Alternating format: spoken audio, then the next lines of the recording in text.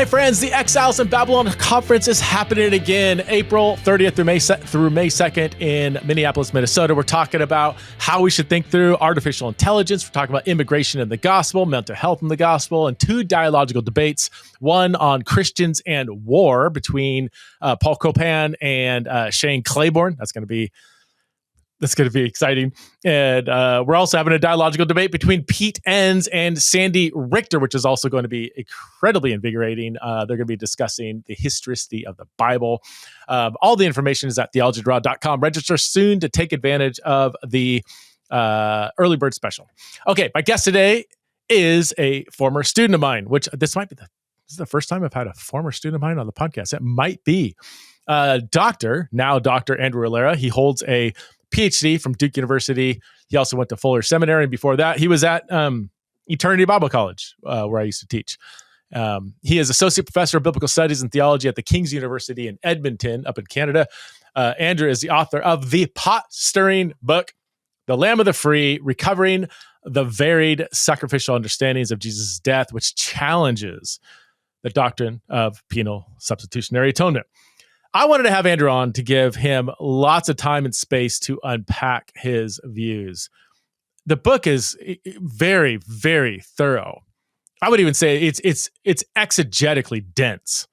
It's a slow read. I mean, he's combing through text. He's talking about Hebrew phrases at length. He's interacting with scholars. He has done a ton of research and study on this topic. So whether you agree or not, I don't fully agree. We talked about that a little bit at the end. I'm not quite convinced, but I really appreciated the work he went into it. And there's, I hate when people say, I don't agree with that book. Well, there's a lot of things in the book that I agree with. Other things I'm kind of like, I'm not sure yet. I need to do more study. And then other passages he looks at where I'm like, yeah, I'm not really convinced this is the best reading. But love the challenge of being driven back to the text of Scripture as always. So this is a long episode, as you can tell. It could have been 5 more hours, and I felt like we're just kind of getting warmed up at the end, but it was pushing over 2 hours, so I decided to call it quits. So, buckle up, get ready for a really in-depth conversation here. So please welcome to the show for the first time, the one and only Dr. Andrew Rillera. All right, we're here with Andrew Rillera. Andrew, how are you doing up in Canada right now? What's the weather like? Great. Today is actually warmer than normally this time of year. So feels like what probably most of the world thinks fall is in late October. Yeah. You're in Edmonton, right? So you're like up there a bit. Yeah, about 6-hour drive north from the Montana-Alberta border. All right, right on. Well, dude, I don't know if we've seen each other since our EBC days. I don't recall. Yeah, I don't know. Hanging out after that. Yeah, it's definitely been a while. Yeah, I it can't say. It has been some time because I think you were already out of California. Yeah. Before we moved, and then we were there sparse. And, yeah. Well, I'll tell you, and for our audience, I taught at Eternity Bible College for 5 years. You were there right when I started. I think it was when you were just finishing up, but you were one of, if not the best student I ever had. Is one of those obnoxious students that whenever you'd push back, I felt the urge as a professor to kind of say, I need to show this kid, why he's wrong. But I was like, dang, I think you might be right on pretty much everything you would say. But we'll see if that holds here. We'll see. But, I mean, we found a lot of commonality. I don't know there's too many things we actually disagreed with, but yeah, you were pretty off the chart. You ended up going to Fuller, right? Seminary after, and then yep. And then Fuller for master's. Yep. And did you study under Doug Campbell at Duke, or? Yes, I use my advisor, supervisor, but you take coursework the first 2 years. So I was with everyone. I also luckily got in there before Harawas finished. Okay. I think he was officially retired, but he was still teaching like a class or so. And so got to do a seminar with him. Richard Hayes actually came back for a semester officially and did Romans with him. And that was the that's where I actually wrote like a bulk of my dissertation was for that seminar. Wow. Yeah, I went kind of ADHD, hyper focus, and in that April I wrote like 60,000 words or something, and then was like, well, I should build on that. That'll be what I do for my dissertation. So yeah. Awesome. Well, let's jump into your book. So you wrote this book, Lamb of the Free, which challenges the doctrine of penal substitutionary atonement from a very robust, thorough, to say the least, exegetical perspective. I just want to say up front, man, I heard about your book, didn't have space to read it for a while, but finally got to it, spent the last month working through it very slowly. But the way I approach this topic, and I've said this in the podcast before, I have no theological need for penal substitution. It's part of my soteriology I grew up with. Didn't look into it very thoroughly. Maybe read probably half a book on the topic before I read yours. But I don't. For me, as I approach every issue, it's kind of like, hey, if it's biblical, let's keep it. If not, let's ditch it. I don't. And people that say, well, if you ditch penal substitution, you're undoing the gospel, blah blah blah blah. But but if it's not part of if it's not biblical, then we need to have a gospel that is actually biblical. So that's where I'm coming from. I found, your book is interacting with some serious, meaty, ongoing scholarly debates that I'm just not familiar with, and I didn't have 10 months to go and read all the sources you're interacting with, including Jacob Milgram's, 2,500 page commentary on Leviticus and other books. So for me, I'm like, man, this sounds pretty compelling. I don't know if I would have to do more research to agree or disagree, but you made a very thorough and compelling case. So why don't we start with you giving kind of a 101 summary of maybe not the whole book, but you spend the first half, 150 pages or so, looking at the Old Testament sacrificial system. So if it's possible, could you give a 5-10 minute summary of the Old Testament sacrifices as you're reading them, and why the OT sacrifices specifically are not designed intrinsically to under any kind of like penal substitutionary atonement, where the animal is taking the sin on behalf of humans? So it like, oh man, what a time. So it depends. So how I could summarize this from different angles. So if we're wanting the discussion to be a bit more on why I came to the conclusion that penal substitutionary atonement doesn't have a exegetical anchor, then that's a little bit different than how I organized the book itself. So okay. I wanted that to be a secondary, the penal substitutionary stuff to be like a important, but an implication, like, therefore we see this, but and framing the book more in terms of, we're going to look at sacrificial imagery or sacrifices so that we can understand sacrificial imagery applied to Jesus' death. Okay. But since I keep making nods toward, this is why the understandings of sacrifice that undergird penal substitutionary atonement don't hold up, then I also dealt with texts about the saving significance of Jesus' death. So it's not a book on the saving significance of Jesus' death per se across, it's a book on interpreting the sacrificial imagery applied to Jesus so that we can understand those texts, those images well in the New Testament, and make the distinctions that need to be made. So then I have a chapter toward the end, just before the conclusion, about, okay, here are some other texts that are either confused to be about sacrifice in the New Testament, but they're not, and or this is some sort of penal substitutionary atonement, like, key text, right? Like, this is of course, penal substitutionary atonement's in the Bible. Didn't we read Romans 8:3 or 3:25 or Galatians 3:13 or whatever it is? So that became part of. I put that at the end because it's like it's related to the sacrificial understandings, and so I'm still, my angle in the book is sacrificial understanding to Jesus' death. Okay. If that makes sense, right? So, Yeah.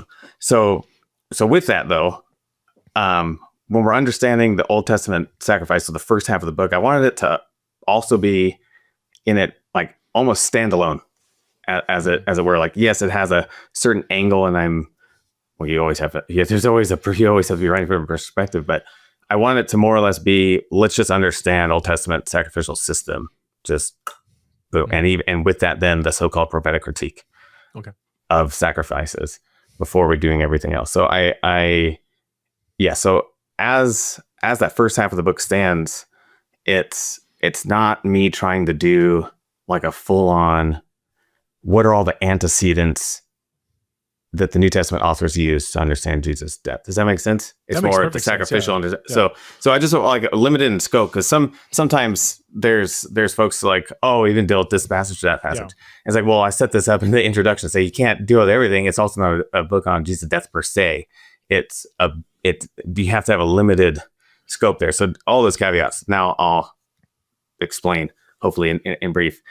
So instead of going through all the sacrifices, what I'll do here is, I mean, it's also in the book, but an easier way to introduce, I guess, the different sacrifices in the Old Testament is to first distinguish between two broad categories of sacrifice. So again, there's multiple, and in each category, there's going to be a few sub divisions there of types of sacrifices. But in general, you have a shared sacred meal. So it's the sacrifice makes the meal that you're eating holy and sacred, because it has proximity. It's touched the altar, so it's made holy, proximity to God. Therefore, the offerer needs to eat that in a state of ritual purity.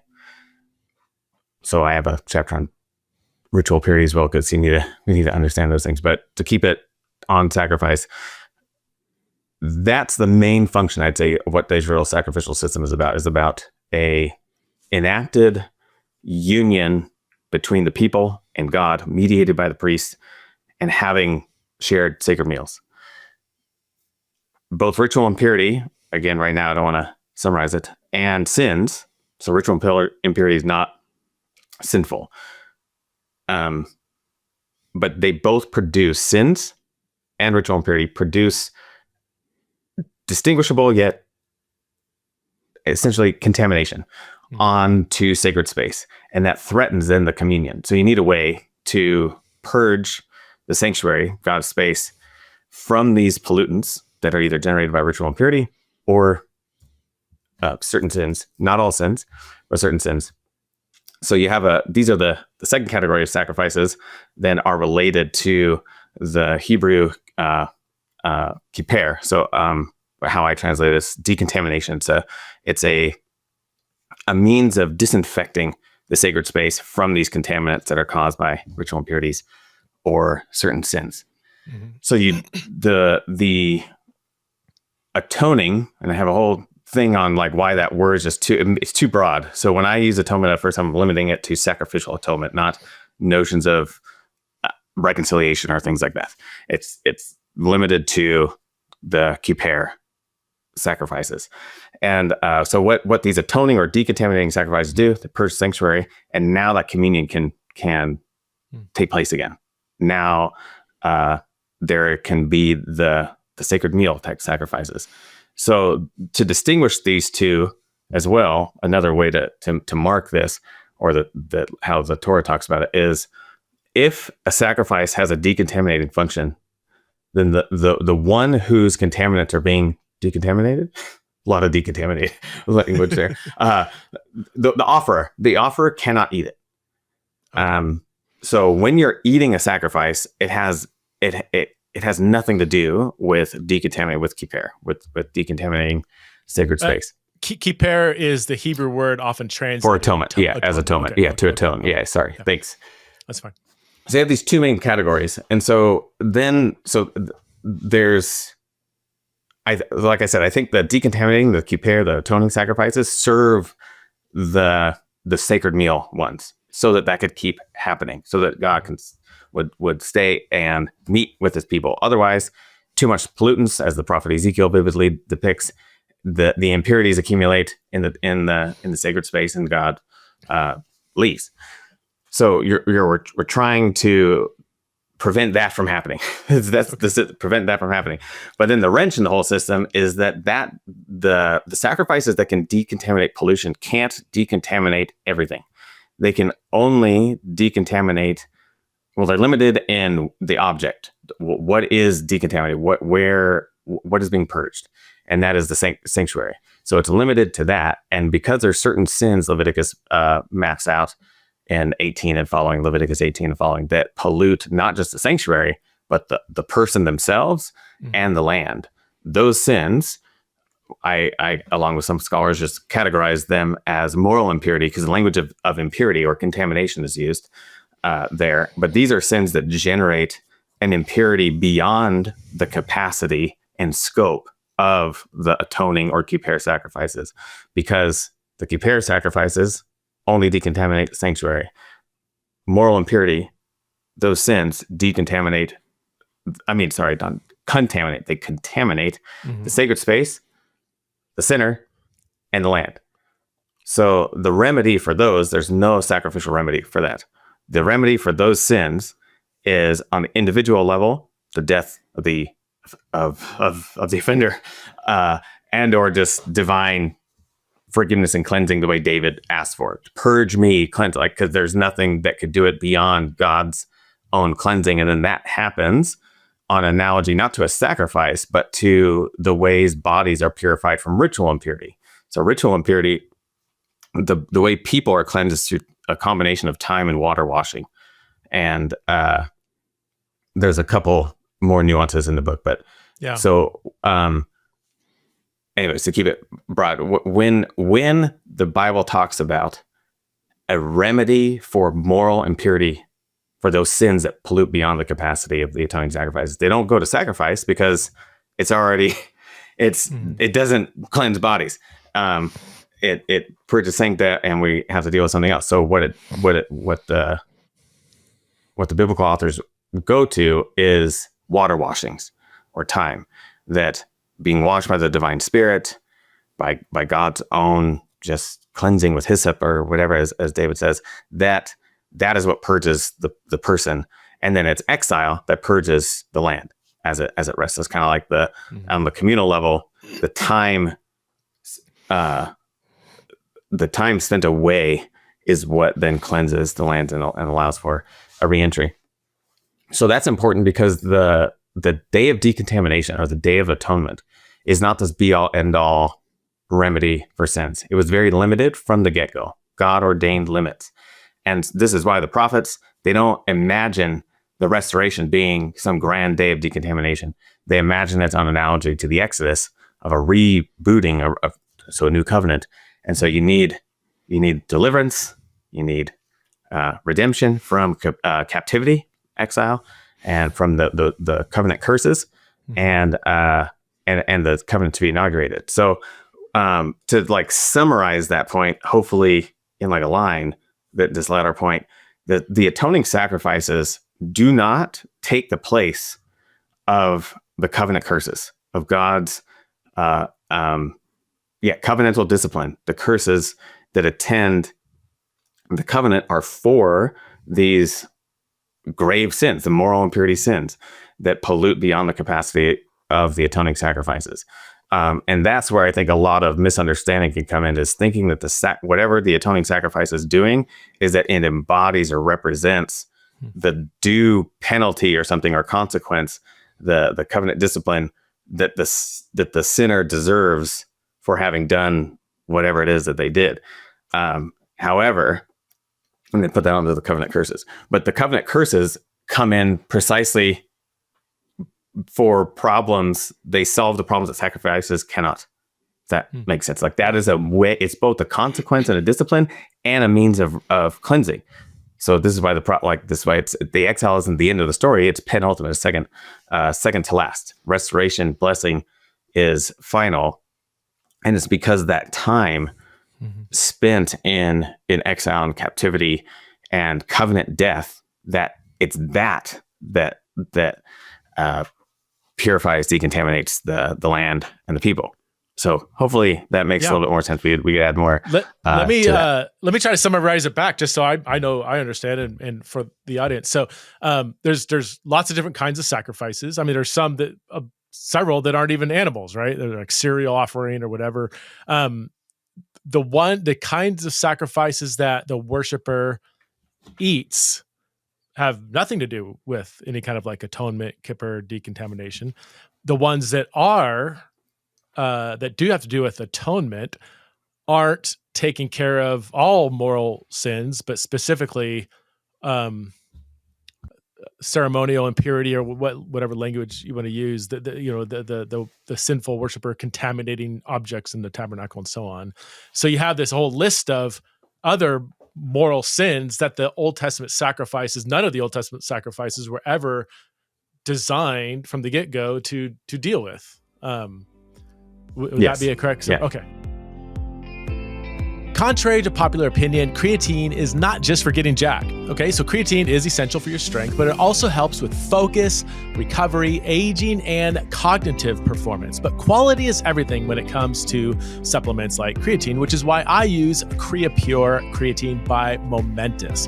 CreaPure is the gold standard for creatine. It's NSF certified for sport, which means that it's independently tested for purity, safety, and label accuracy. And it's also trusted by Olympic athletes and pro sports teams. And now Momentous is making your daily creatine routine even easier with new creatine chews. Okay, so these are bite-sized lemon lime chews, which deliver exactly 1 gram of CreaPure creatine, which makes it easy for people like me who are often on the go.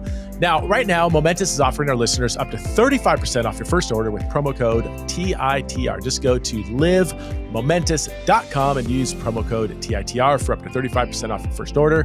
Okay, so that's livemomentous.com, promo code TITR. There are sins of like defrauding someone. Yeah. Normally, you have to intentionally do that. So normally some people say like intentional sins, or sinning with the high hand, these are always beyond. Those are one of the grave sins.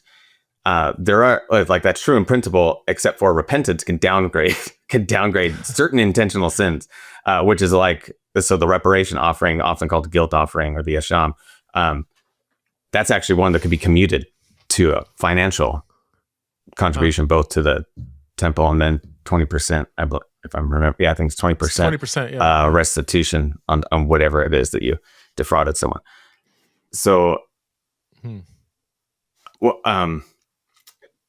so there's some intentional sins that because of repentance kind of get as it were downgraded on the scale of sins, and they can be dealt with.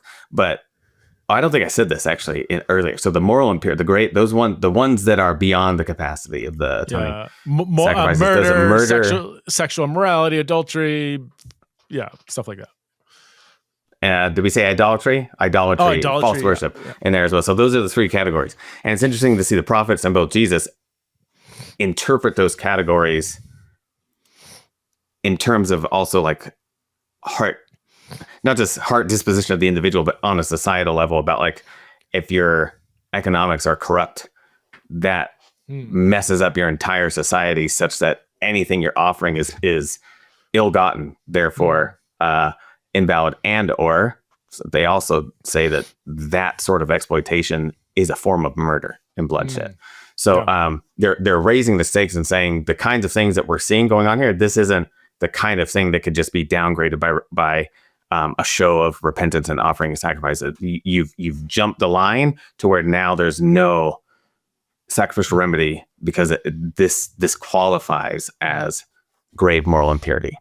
Does that make sense? That makes great sense. I'm curious. When I was reading your long section on the Old Testament sacrifices, you're citing all kinds of Old Testament scholars. It didn't seem like you're coming up with some kind of novel theory or something. Is everything you've said so far, is this fairly widely agreed upon? This isn't some new theory you're depends which scholarly niche you're talking about, I guess. Okay. Because this is why one of Jacob Milgram's students, Roy Gain, Seventh-day Adventist, I believe. Someone should fact check that. I don't want to be making stuff up, but I'm 95% positive he's Seventh-day Adventist. Roy Gain, Gane. Anyway, so I say that like either way, he's on a conservative wing for like just go with me here. I know these terms are messy, but like wanting to preserve a certain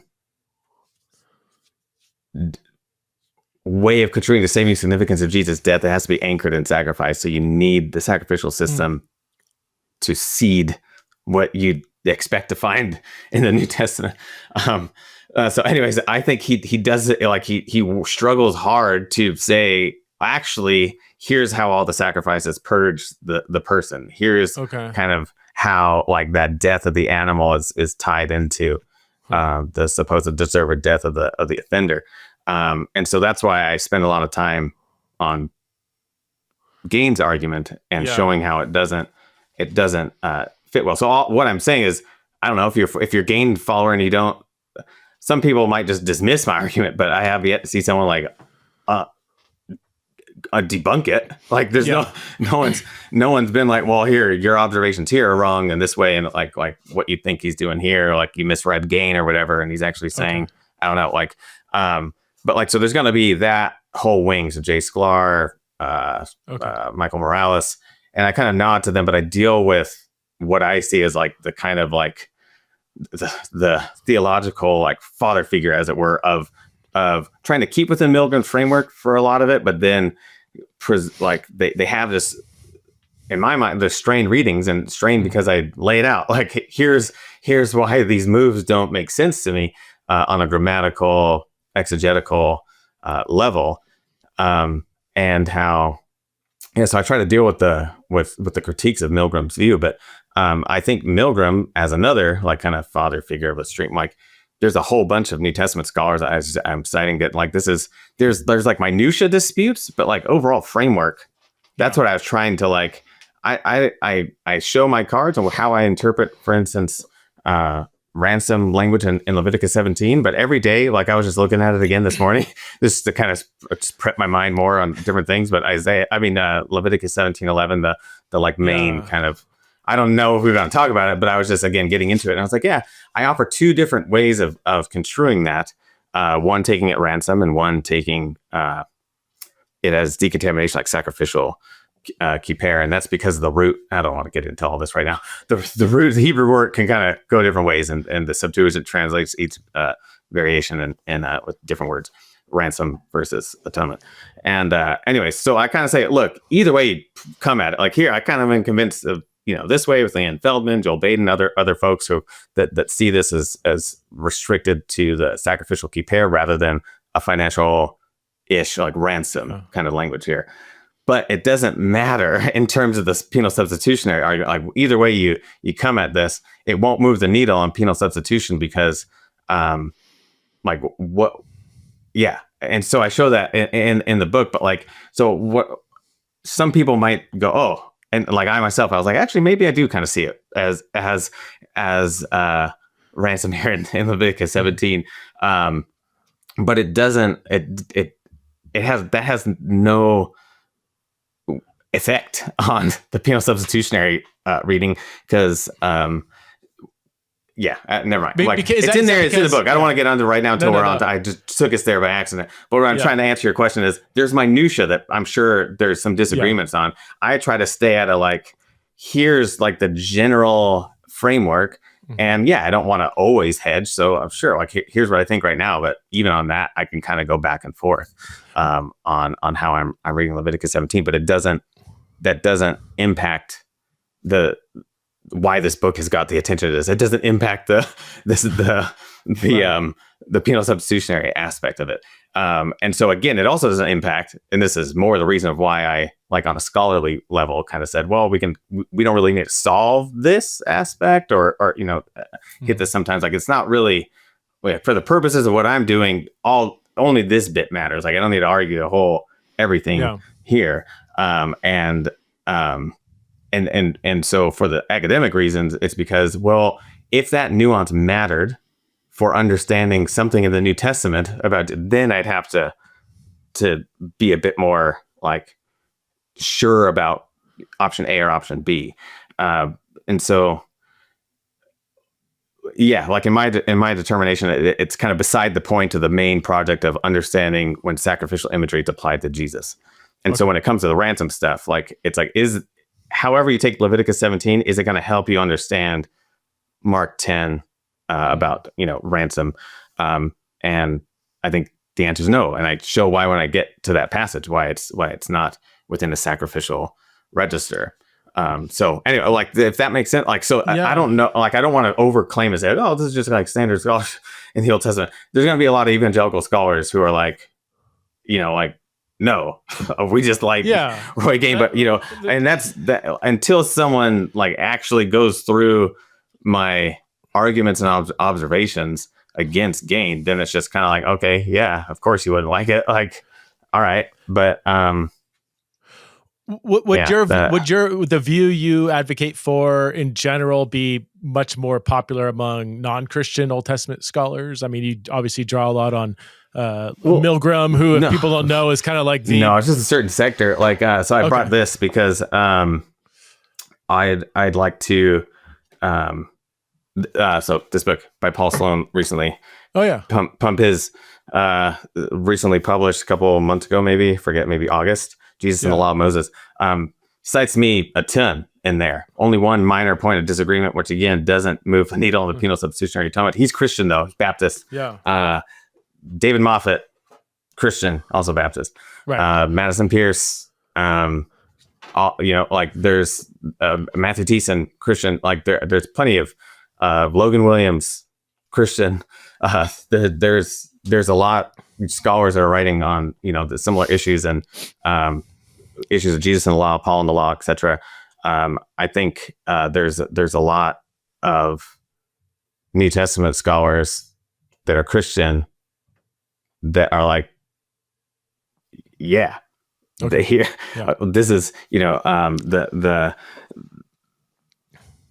despite the kind of nuanced disagreements between Baruch Levine and Schwartz and Milgram and whoever, Jonathan Clowens, like overall there's a general sort of understanding of at least, like, none of them will say that sacrifice is a substitutionary death, for instance, because it just doesn't make, you can't have that. You can't have that in the system. The whole thing operates on not bringing death into the sacred space. So that's not like, there's so many reasons that I go out with it's not doing that. It's not substituting. So again, like with the grave moral impurity, if you do something that's either cut off, which is more of like a God war movie kind of thing, or a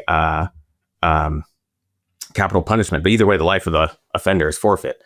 There's no sacrifice to substitute for a forfeit life. If your life is forfeit, you're at the mercy of God. That's not what is happening in the sacrificial system. It's not substituting for the covenantal discipline, the curses, at an individual or a communal level. That's why Leviticus's theology is like, you need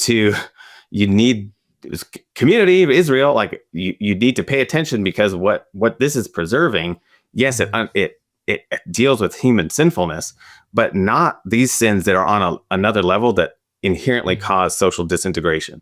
When you're not united around the worship of God, and there's idolatry and all that sort of stuff, when there's no fidelity in marriage and no fidelity socially because of murder, you're not loving your neighbor and loving God, well, then the society collapses. There's nothing you can do to board that off in some sacrificial means. So, like, I'd say what is the consensus, besides certain, and not all, like some of the scholars that just named would consider themselves conservative evangelicals, like Madison Pierce. But you don't get, and I don't know, I don't want to speak for anyone, but they're on conservative, like where they're teaching things like that. Yeah. And we don't. They wouldn't say that this is substitutionary death. That's not, like, I think that is pretty much like, you're not going to get a substitutionary death interpretation. Yeah. The main point by is biblical scholars. The main point is your reading of the sacrificial system is not some fringe view. Like, you're not coming up with some novel thing. You're interacting with a stream of scholarship, Christian, non-Christian, and taking a view that's been basically, said before. I I'm curious, just if there's one text, I don't want to look at. I mean, there's lots of like, what about this passage? What about this? And I know probably people listening. Well, nobody really reads Leviticus, but the three people that are into Leviticus might have a verse or something to like, yeah, but what about this? I think more people are though, because of like more people are like, oh, Leviticus is my favorite book. And there's there's I'm like, all right, this is good. This is good.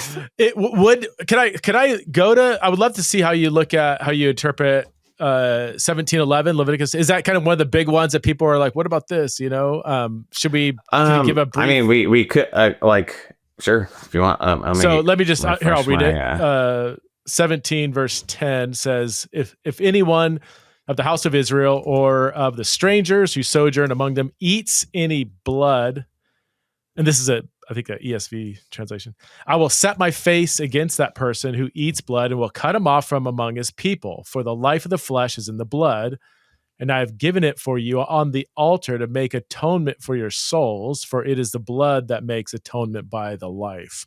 So I think people just maybe reading that would just kind of, it'd be easy for them to assume some kind of like, well, atonement is for the life. And actually, but is this even talking about sacrifices here? Or I don't even know. Oh, yeah, Leviticus 7. Yeah. So, okay. So it's how do you, well, for like, there's a guy who hit this in chapter 1 and chapter 4, I believe. Right now, I have my book open to the chapter 4. But in chapter 1, what's important is the association with the killing of the animal, the slaughter with an animal, as bloodshed in verse 4. So verse 4, it's in the middle of a sentence. So verse 3, if anyone of the house of Israel slaughters an ox or a lamb or a goat in the camp, or slaughters it outside the camp, and does not bring it to the entrance of the tent of meeting to present it as an offering to the Lord before the sanctuary of the Lord, or the tabernacle of the Lord, he shall be guilty of bloodshed. He has shed blood. He shall be cut off from the people. So that association is already saying that what I think verse 11 is answering is, this is me now gliding toward a stance I defend and argue in the book, but then say, maybe not, and I'll go with the atoning function. But it could go either way. So I'll do the one that supposedly is harder, where you're taking the kippur root in Leviticus. Instead of making atonement, it's to ransom their life. Right? Does that make sense? Yeah. Right? Ransom in verse 11. And so all the scholars would take it as ransom. Milgram, Fetter, Gilders, can't remember off the top of my head, others who take it as ransom rather than atonement, sacrificial atonement. It's because this is the only instance in the whole thing where being guilty of bloodshed is nullified, and that's it's like answering the question: if this is a bloodshed, if slaughtering an animal is bloodshed outside of legitimate sacrifice at the sanctuary, etc. Well, then the sacrifice must be making it not a bloodshed, making it not a killing, making it not like homicide. Therefore, God said, I've given you deposit the life, the animal, on the altar.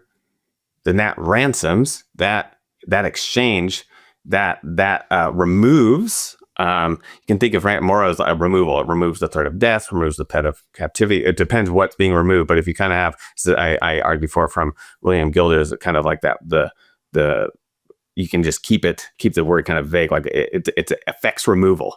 Does it remove contamination? Well, then it's decontamination, sacrificial atonement. Does it affect removal of being liable, your life being forfeit, being cut off because of blood guilt?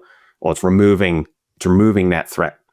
But then we typically would say that's ransom when it has to do with threat of death or things that, all right, it's a ransom.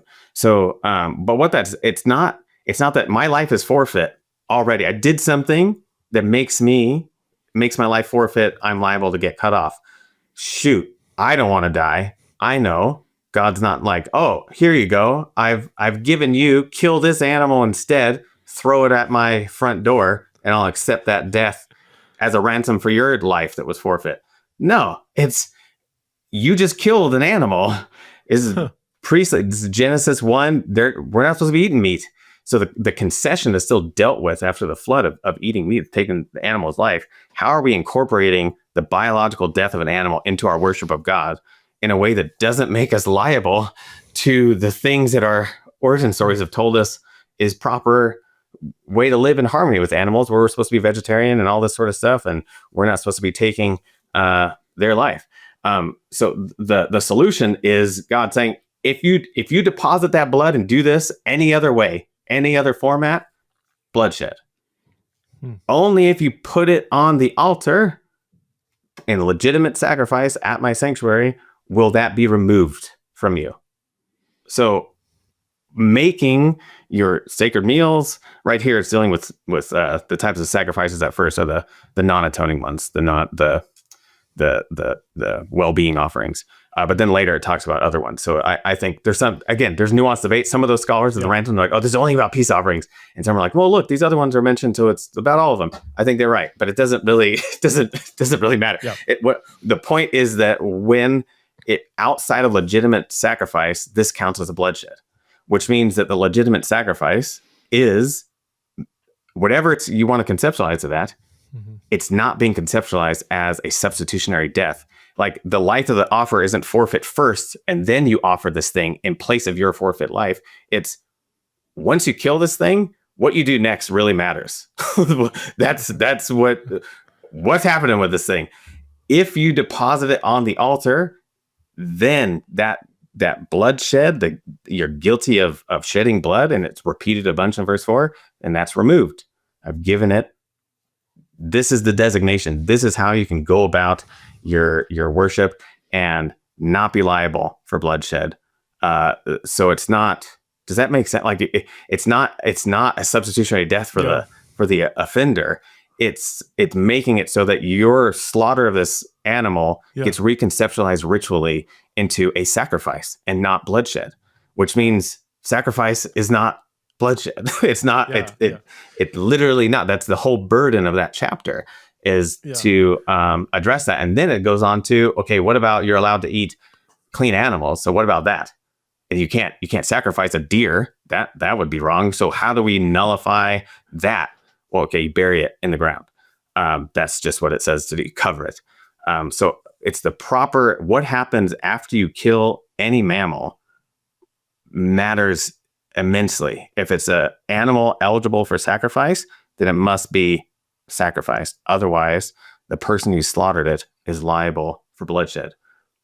Once you've ruined the process, you can't then go out for another sacrifice. Oops, I shed blood. Let me kill a second thing and nullify that. Like it's not coming in to remedy a situation in which your life is already forfeit before there was any slaughter of an animal. Yeah. It's the slaughter of the animal itself that is the problem. That's what frames the whole discussion in verses 3 and 4. Is that like this is the point that I feel like some people are really slow to get, and I feel like that it's really Christians, to be honest, because they're like, but how can that?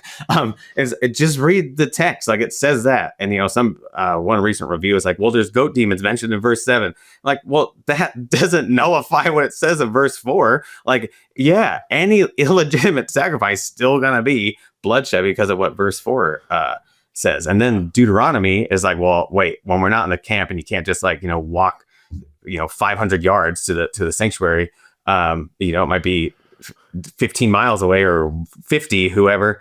Well, now you do what you did with game, was like a deer or whatever. Like if you're going to have, lamb chops, then make sure you deal with the blood properly. And so that's mentioned in that verse as well. But so Leviticus 17:11 is answering on the ransom view. It's answering the bloodshed, the liability of bloodshed in verse 4, and showing how legitimate sacrifice nullifies that charge. The atoning view, which I also offer, and at the time I wrote it, I was like, that's probably it. But again, I could go either way, is that it's offering a reason not only for that charge, but also why it purges.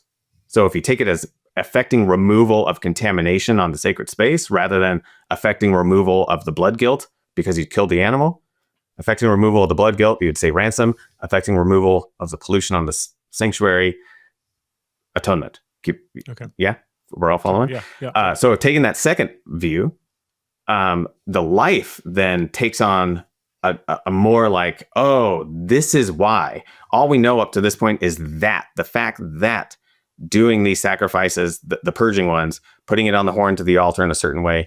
I should also, maybe now's a good time. The ones that you eat, the ones that don't have no atonement, have completely separate blood rituals. The blood goes different places depending on what kind of sacrifice it is. If it's a decontaminating kippur sacrifice, it goes on the horns of the altar. The excess is poured down onto the ground. So it either goes horn to outer altar, horn to the incense altar, which is in the Holy of Holies, or it gets sprinkled on the veil, and then once a year on the mercy seat in the Holy of Holies.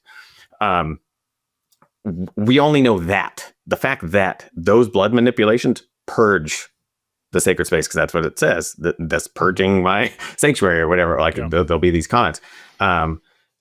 But maybe the question is why. And so maybe if you take the second view of Leviticus 17:11, that it's affecting removal, it's still talking about that removal of contamination from the sanctuary. Well, then the life of the animal is like, oh, it's because we already know from all the ritual impurity stuff that's been dealt with that it's the forces of death. Well, that's how Milgram puts it. I think it's more forces of finitude, like our beginnings and endings, because things that generate ritual impurity aren't just death, but maybe like the ending of life. But maybe we could just talk about like our mortality or something like that, or our corruptibility, and the fact that we reproduce. We have beginnings and endings. Is what I say in the book. But either way, it's so you have death associated things, mortality, finite, finitude, things associated to generate impurity, contamination on the sacred space. So then the life idea would make sense of, oh, what removes that? Why does it remove that? We already knew that it removed it, but now we know why, because it's life. So life overwhelms the forces of death or the forces of mortality and finitude and things like that. At the time and I still think that does make good sense, but if you take that away and you go the ransom view, well, then you're just left with, these are just divine commands. Like, why does it affect removal when you do the purgation sacrifices and all that? Well, just because God willed it so. And also killing any animal is bloodshed. So why are you not liable for bloodshed? Oh, because when you do this in the right way, then God's given it to remove that charge from you because you've deposited it back where it belongs. So either way you take it, you're not moving the needle on penal substitutionary atonement. So whether you take a ransom or atoning view of Leviticus 17, neither of those would fit within a PSA, penal substitutionary atonement. No, and the one too. So another, again, I gotta find time. I was sick and whatever to write. So it'll be my inaugural Substack response. Just a Substack, not for me, because I don't have the will nor I guess the desire or I guess energy to like have like an ongoing Substack. I'm just not that kind of person. But I do want to deal with like the kind of aftermath of Lamb of the Free. So I'm gonna start one on there, and I'll write this all up. But in this review, there's some pushback on this verse and what I'm saying, and I think there's some misrepresentation of what I said there. Anyways, that's a whole other thing. But then the scholars cited that supposedly like disagree with me, even though I offer it two different ways. They specifically say it's about the bloodshed in verse 4. Like that's all it's doing, and they go even farther and say you can't use this to talk about sacrifice in any other place because it's so unique. So it's like even if what's saved, the representation was right and I was wrong, and you take Fetter, it's like Fetter's view, you still won't have penal substitution. There's an explicit note, this is not substitution. See William Gilder's, this is not penal substitution. He lays out his thing. So it's like, even if you go with this and okay, sure, I was wrong, even though I think the representation, what I said is off a bit. and you go, oh, look, this scholar, it's up better. He, let's go with him. You won't get penal substitutionary atonement with him either. So that's, I think, the main point in terms of like this conversation, and the reason, like I said, the book is popular. It's like, if you want to sort out the minutia, then get into it. For my purposes, I'm like, I could go either way with these things. But yeah. Well, I want to, I do want to leave a lot of room for the New Testament, and I want to honor your focus in the book of not primarily tackling everything on penal substitution and writing a holistic rebuttal to that. So I appreciate.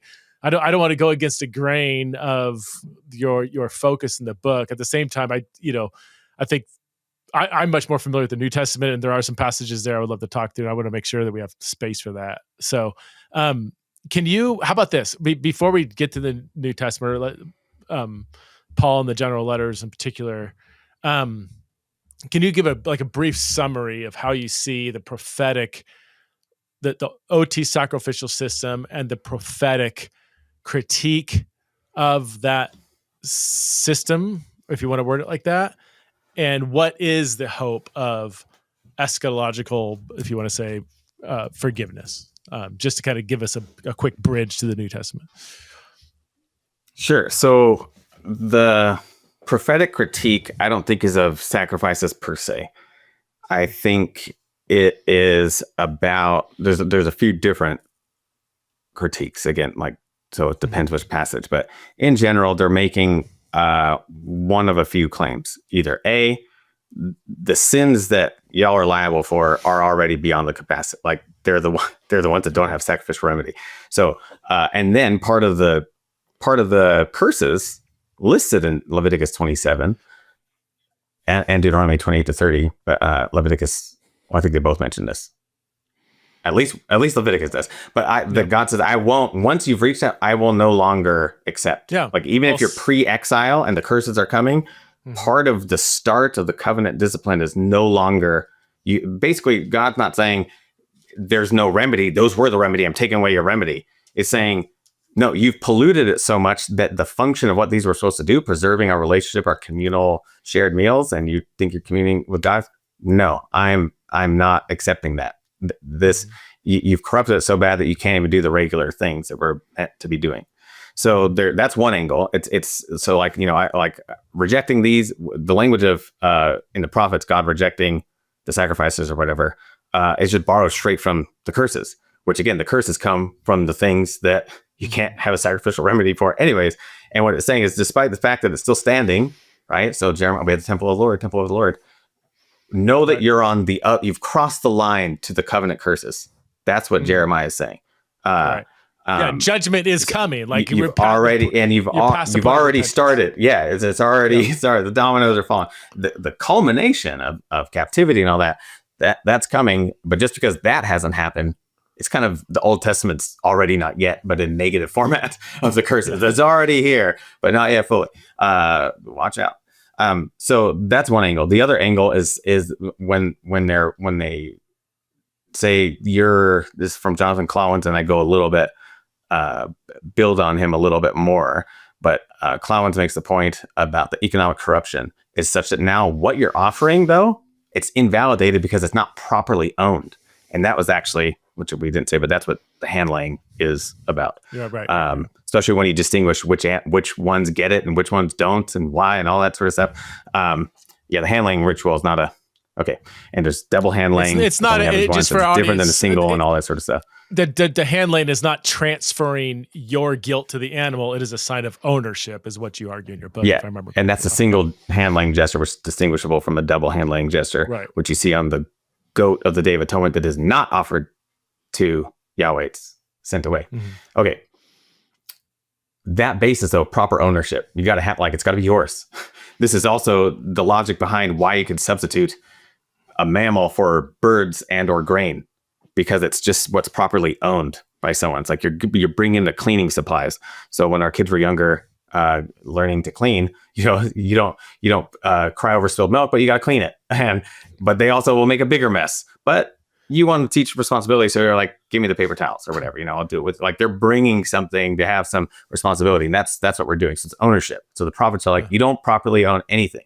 The economic situation is so corrupt that there is, what you're offering is ill-gotten. So it disqualifies. You fail to offer something that's legitimately owned. Then where I go deeper, and even more than that, I think, is that they're saying this counts as murder, which is another reason you've crossed that line again of you're now into things that have no sacrificial remedy whatsoever.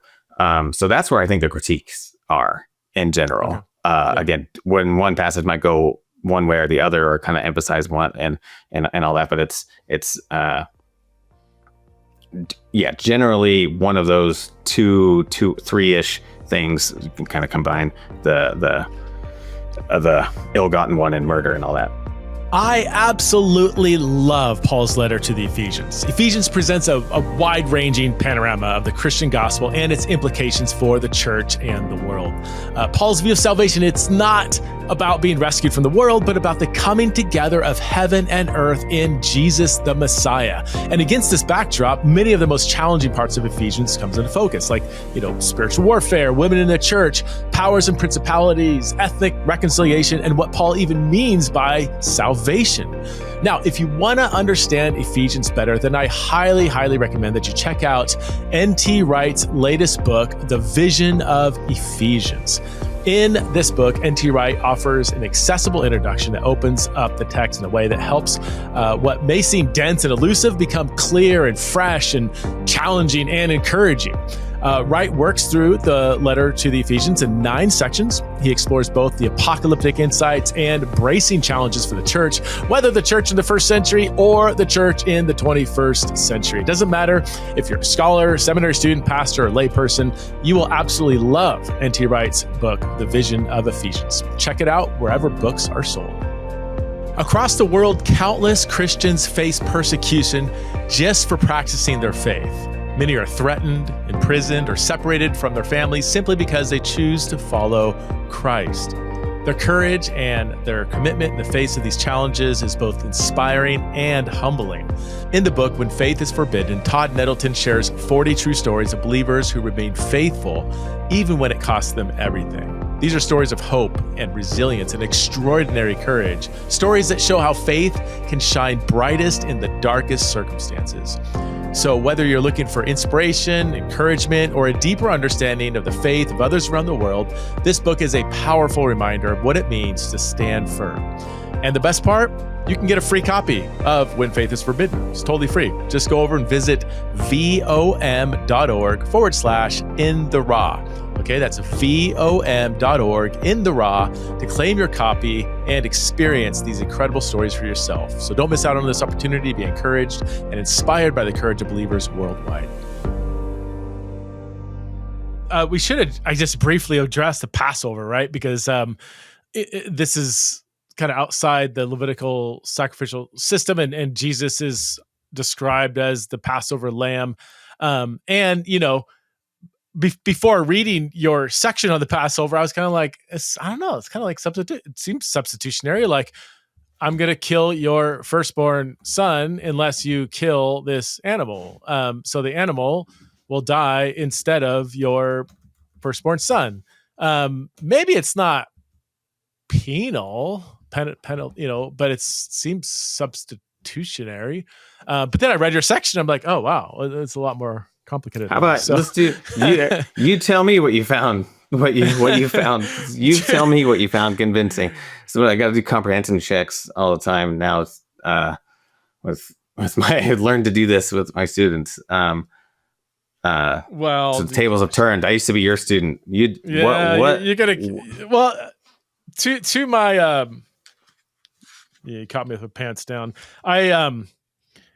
I would not be able to summarize your section. I did read it, but your book is pretty thick, and so I couldn't hold it all in my head. Lots of things were falling out. So you just remember the vibe. I'll take that. I do remember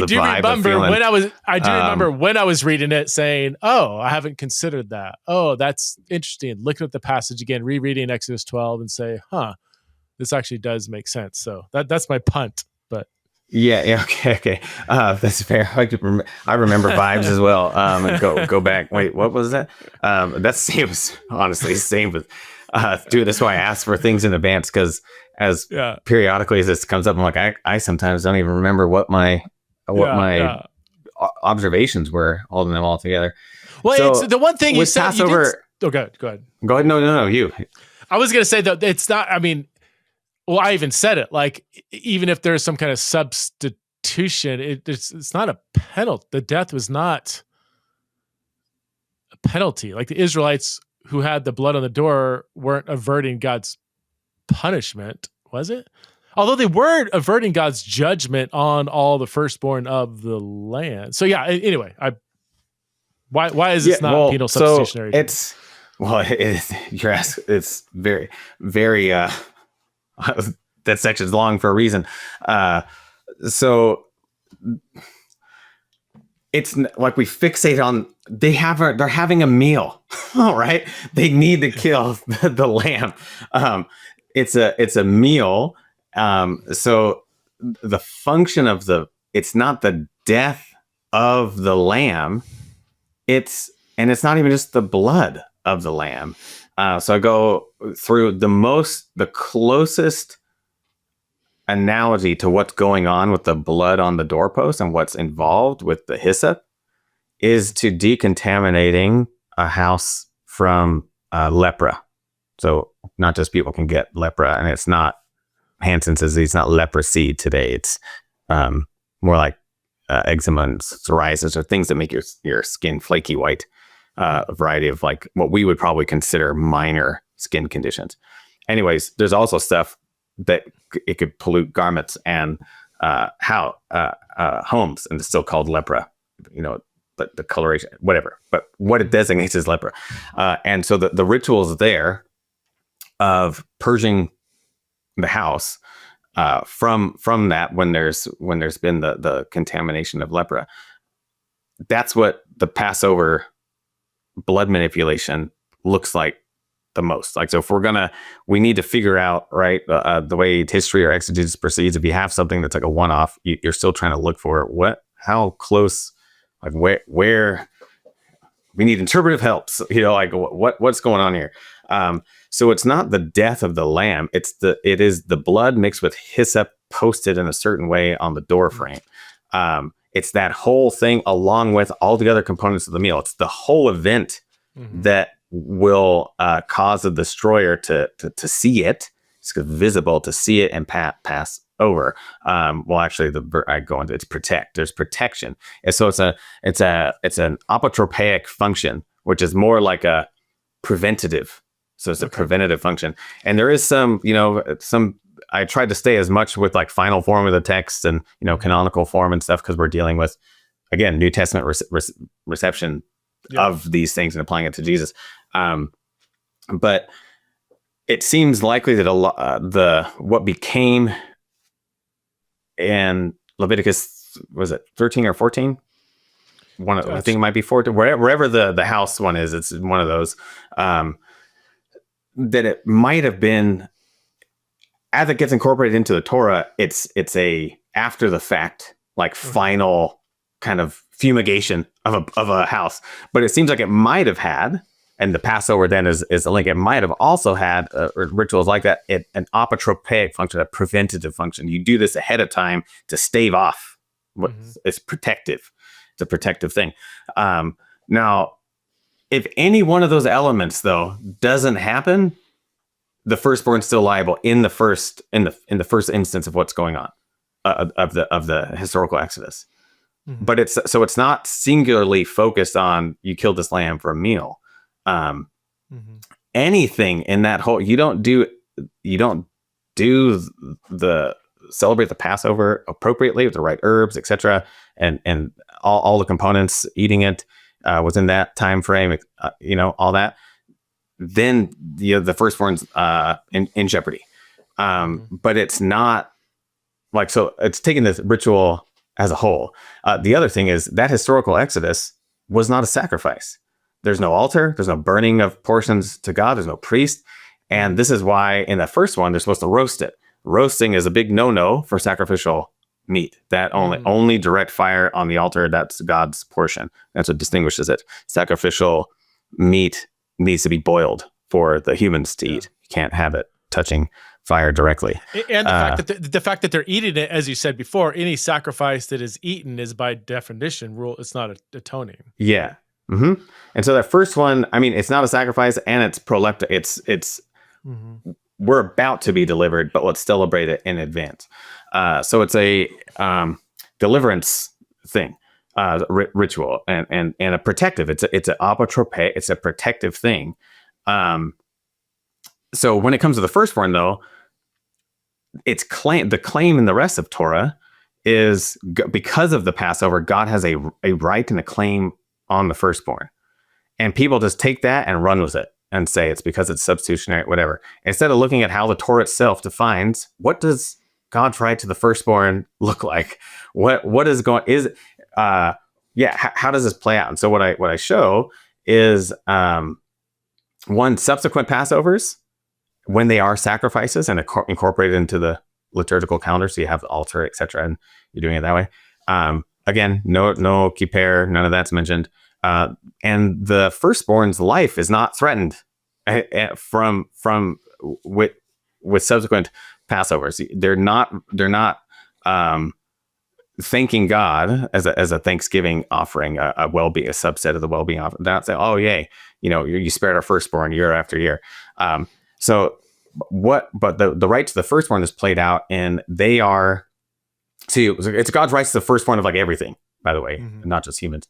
But what's funny is, so you have like a donkey or whatever, you redeem that with a lamb, but you cannot redeem, so you can't offer a donkey. So instead you offer a lamb in its place. So what goes to God, it doesn't mean that it all gets incinerated on the altar. So there's also some scholars that are like, this is Israel child sacrifice. Like they used to sacrifice their firstborns or something, and this is the way to get out of it. No, because when humans go to God, they become permanent sanctuary workers. Samuel, and then this firstborn episode in the Torah. So instead of the firstborns going to serve the sanctuary, God substitutes. Here's where substitution comes in: the Levites. The Levites take the place of each family's firstborn to be dedicated sanctuary workers. Subsequent firstborns are like there's a mismatch in the initial counting of the math. So then there's a ransom, an exchange, not a ransom from death. Like that's what people. Ransom isn't always death. It just means it's this thing in exchange for some situation. And the situation is being a lifelong temple worker, sanctuary worker. So in substitution for your manpower, as it were, you offer a monetary ransom to like basically pay for your work that you would have been doing. So does that like the substitution happens with the Levites? The lambs cannot redeem human firstborns.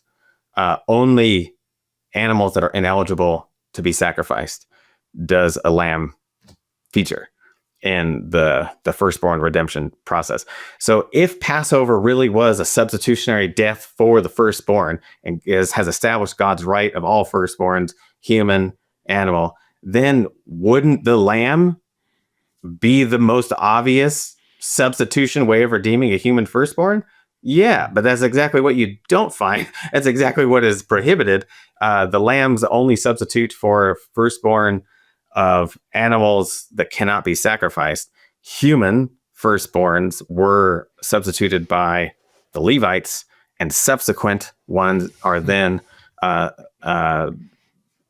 redeemed by a monetary gift to the sanctuary.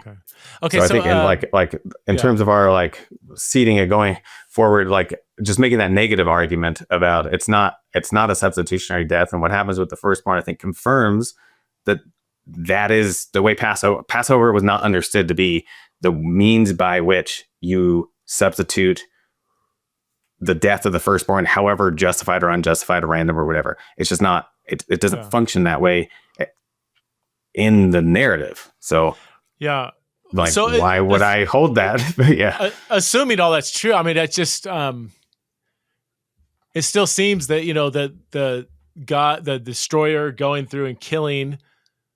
He would go in, kill the firstborn of every house that didn't have the blood that's a result of a dead animal. And he would pass over the house that did have the dead animal. So in some sense, there's still seems to be some kind of semblance of substitution. The house with the dead animal that had the dead animal didn't have the firstborn killed, which was an act of judgment. He says in Exodus 12 that I'm going to come in and, what does he say, execute judgment on all the firstborn of the land, beasts, man, gods of Egypt, and so on. Is that, I mean, is there some, maybe substitution isn't the totality of what's going on, but isn't that a kind of substitution? And I'm just a genuine question. I'm just not going to give a gotcha. I might be like, you know, does that make sense what I'm asking? I mean, well, I think, so you're asking because the firstborn doesn't die. Yeah. And to have a meal, this animal did have to die. Yeah. And therefore, substitutionary death. Like houses with premise conclusion. Houses that killed the animal averted the death of the firstborn.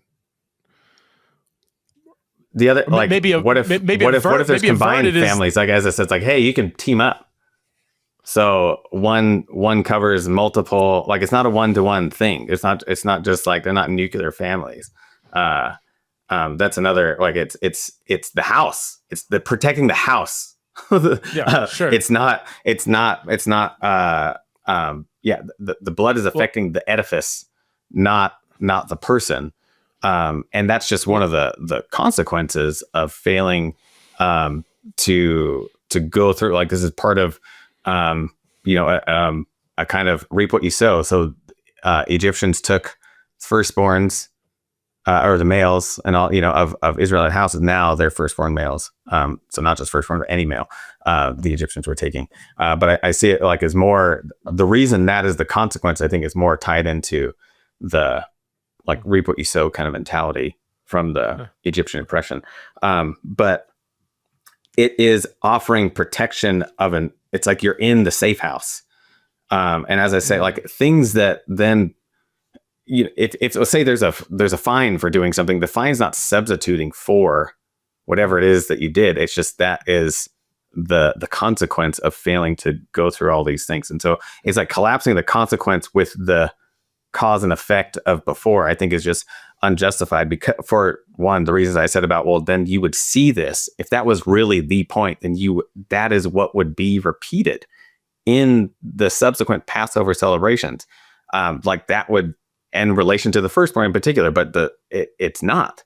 So that, to me, is pretty big evidence that in the reception of this meal, of this event in Israel's subsequent history and textual tradition, it did not see this thing as an exchange of the firstborn going forward. That was just one of the consequences of protection. The other thing is that the reception history just of the Passover in general. Mm-hmm. I'm not aware in this of Jewish interpretations of saying the Passover is a substitutionary death exchange for the firstborns and going on. Like, that's just not on their radar. It's not we don't see this interpretation attested. So isn't that pretty big indication as well? So it's the in verse, what we got here in verse 13, it's called a sign, right? You don't get any language. This is from Gilder's. There's little evidence for the magic of sympathetic substitution. The text never indicates the blood substitutes for the blood of those in the house. It's an inference. That's what I was trying to get. It's an inference that people are making by connecting certain dots that the text itself isn't connecting. But also, what does the text say about the blood? It's a sign. It's seen, and then God will see and remember. So it's this remembrance function that has a double remembrance. God remembers, and then subsequently, when Israel's doing it afterward, they remember. It's like that's one of the functions of the well-being is remembrance. So then you do this in remembrance of me. So it's telling us that the story itself is saying this is a sign. It's a sign of remembrance for God's protection of the edifice. And then in subsequent history, it's not, to my knowledge, taken as the way Gilder's taken as a that the blood substitutes for the blood of those in the house. Like that's assuming that sacrifice is about death, which again, Leviticus 17, either way you take it, says that it's not. Okay. What is happening isn't a it's only a death if it's outside of legitimate divine command. To answer my question, I mean, to agree with you, the blood, the death/blood can avert judgment, but that doesn't necessarily mean it's substituting for the judgment. Yeah. I wish I had this up, but William Gilders puts this really well. It's actually not even, so I quote him when he's talking about sacrifices, but he maybe I'll try to find it as we move on to whatever it is you also wanted to talk about, because it'll be applicable to whatever about this substitution point. Well, I'm sure. I mean, we've still been over an hour, and I don't want to exhaust either of us too much before we get to the New Testament, or exhaust my audience who might have been skipping ahead during this whole thing. Glazed over. Hopefully not. Yeah. Okay. Let's get to the New Testament. Okay. Well, how about? Okay. Yeah. Go ahead. I found it. If you want. Right. So this is from Gilder's. I cite him throughout the book, but here's it's from Blood Ritual in the Hebrew Bible, page 175, and he says a ransom. So he's specifically talking about Leviticus 17:11. But a ransom should not be equated with a substitute. A ransom frees a person from some sort of danger. A substitute takes the person's place. This act of substitution may free a person from danger, as is the payment of a ransom, but the mechanism is different. A half shekel of silver may save someone from the danger of being struck down in a plague, but the silver is not that person's substitute. The silver is not struck down in its place. And goes on... that probably, I don't want to get into, because now he's dragging us back into Leviticus 17, and I don't want to get there, but he's saying that, so when you add the other components of the ritual, right, it's not just the blood that's tied to the firstborn, it's the whole thing. Like, nowhere is that link made, blood, firstborn, death. It's this whole event will protect from this catastrophe, and not just the human, but also of all the animals, which is why all the animals are then spared by these redemption processes, which is why the fact that humans are not redeemed by substituting a lamb is already saying you've connected dots that aren't meant to be connected in this story. And when something removes the threat of danger, it's inaccurate to think substitution's the only way to conceptualize that aspect. You give this money or you do this ritual, and that is a substitution for this adverse effect. Right. Like, no, just because you're removing that threat, it doesn't mean that the lamb was not struck down in place of the human firstborn or the donkey firstborn or whoever, the cow firstborn. Does that make sense? Like, the danger is being removed, but it may be a substitution. It's not like, it's just that it's not inherently in there. And that's what I think, like, people, I think, run, and this happens in the New Testament as we transition. They confuse saving uniqueness with substitution, as if that's the only word to somehow convey the saving uniqueness of Jesus' death.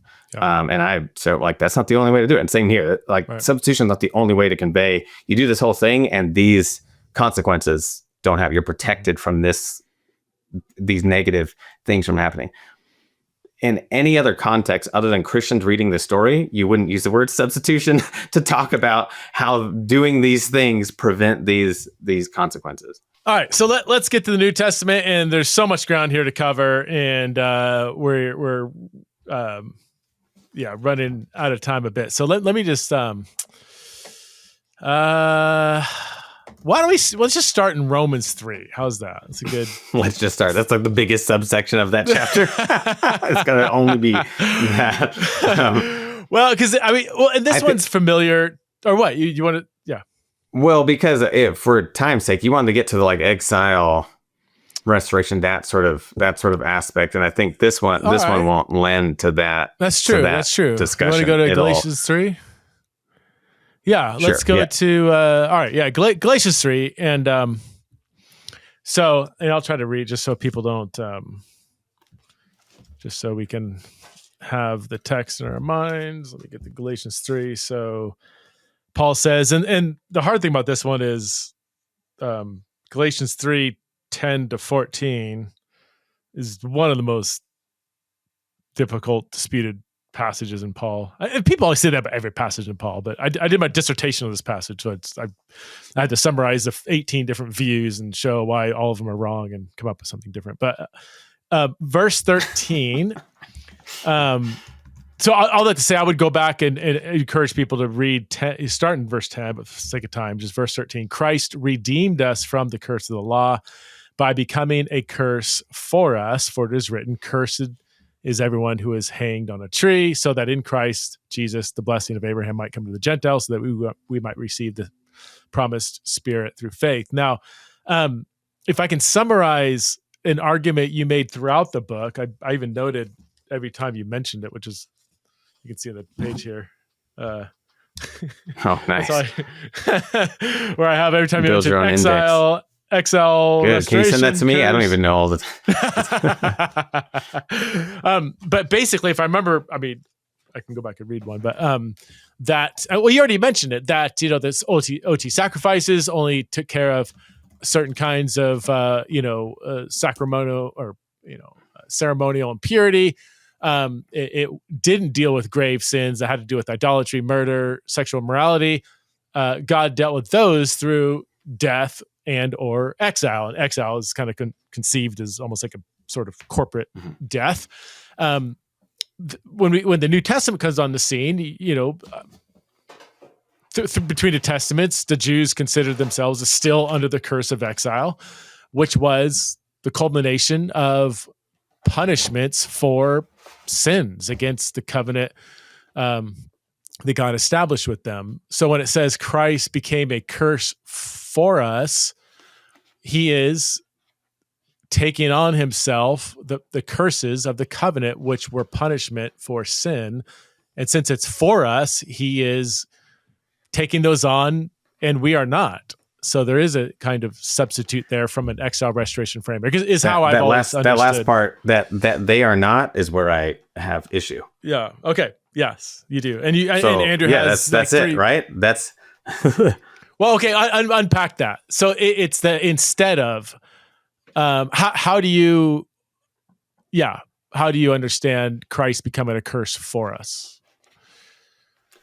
So it's all solidarity. So it's not like what did I just flag on the last part of what you said is like that we are not or something. Right. But I don't see anything in the New Testament, let alone Old Testament, of the we are not. This is the condition where Israel's already in, and by looking at the curses of the covenant and how they and the blessings and how they relate to the initial state of affairs in Genesis 1 and 2 on the blessing side of things, and then the curses in Genesis 3.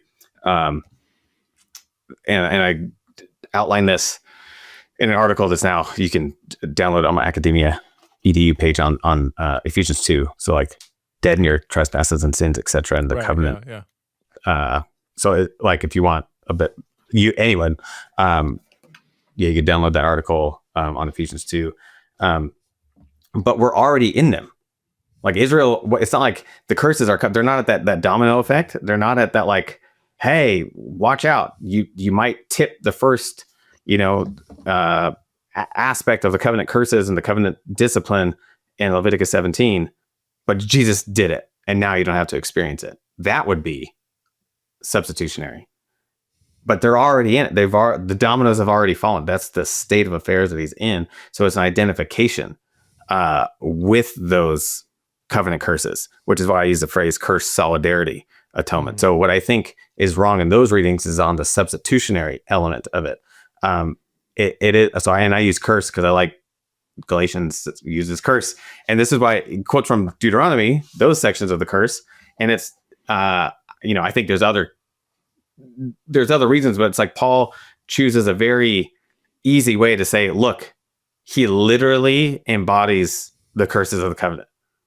A curse is the one who's hanging on a tree, and that it's an identification of the state of affairs that Israel is in historically.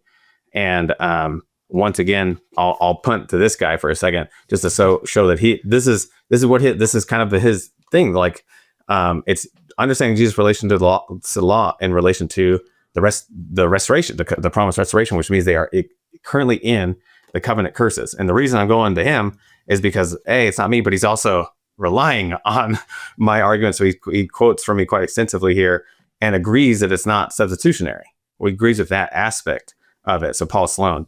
And the reason, I'm going to also read from Gathercole, but enduring the content of the covenant curses, right? This is something, those are the quote, the people remain under the punitive discipline. This figure, he's combining some things, so but going to be Jesus, endures the content of the curses of the covenant, endures the weight of Israel's guilt, and then says, so in predicting, it's page 193, so in predicting that he will be handed over to the nations to be put to death, Jesus is identifying with Israel's current plight, taking onto himself the yoke they currently experience. So it's not that we don't have to, this is what they're in. This is also, by the way, he's interpreting Isaiah 53, and that's the same. Like, they're already in that state of affairs. He's going to taking it onto himself to effect the restoration he has heralded. In doing so, Jesus is entering into, quote, cursed solidarity with his people, as Rillera aptly puts it, entering into the covenant curse plight Israel is, italics, his already experiencing. And there's a few more times where Sloan outlines this out and notes that he clarifies that this is not substitutionary, dying instead of his disciples, who must still bear their crosses, but a death ahead of and in solidarity with Israel's plight. Like, so my contention is that Jesus' identification, it's all participation, solidarity. So to quote myself in Lamb of the Free, I don't know, I just searched covenant death, and maybe I say this earlier, but on page 165, I deal specifically with Galatians 3, but I'm right now trying to show the whole framework, like even outside of that section I deal with on Galatians 3:13. But just to get to this idea that bearing the consequences of moral impurity, this is related to that prophetic restoration. So when they critique sacrifices, again, what are they hoping for? I grouped this in a few different ways in the book, but they're looking for a new covenant, but a washing of the people. So moral purification. And Jesus comes to bring this, is what John says he's doing. He's going to wash, baptize Spirit with fire. And it's not, I think what gives us a clue of how this works is Jesus' relationship to the ritual impurities that he's healing. He has contact with them, and it's by virtue of his life, of just who he is, that his touching of that purifies. Now, can he do this with grave moral impurity? That's, I think, the claim of the Gospels. I actually have an article that just got accepted into JBL on Luke that'll be developing like a couple pages in the book, like way more. It's an article on Luke, that it's Jesus' identification, this cup, the cup of the covenant curses. It's by entering into, by touching them, by having contact with death, qua death as covenant curses.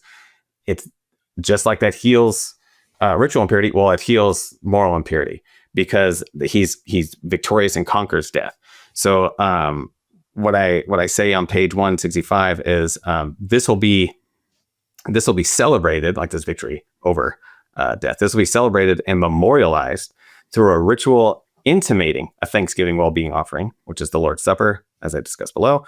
But it is not Jesus' death as a sacrifice that brings all this purification about. It is Jesus' death qua death, as contact with death itself, qua covenant death, as a temple's destruction in nuce, as the ultimate consequence of the forces of death that exhausts the power of death, terminates it, and ultimately overcomes it by not being held down by it. So what, now I'm not reading anymore, but so it's that solidarity, the participation, the enduring of the things that Israel and the world is already in. He's not doing anything that is preventing a future state of affairs. He's not taking on a state of affairs that spares anyone or anything else, right? The temple is still destroyed. Those who don't believe and are trying to save and they don't flee to the mountains, subject to the Roman version of Nebuchadnezzar, right? And then disciples, well, they're spared. Well, not quite. They're actually the ones most explicitly said, you will be baptized with my baptism, drink the same cup, bear your crosses. Jesus is expecting co-crucifixion from anyone. So whatever his death is doing, it is not exchanging even his disciples from the same fate. He's not taking, it doesn't represent something that the disciples don't have to themselves endure. And I think in Jesus' mind at that point, especially given his, like, we don't know the day or the hour, I think he's actually hoping for a bit of co-crucifixion going on in that moment, not just later. And the fact that it happens still after the resurrection, and that becomes the way to talk about Christian life.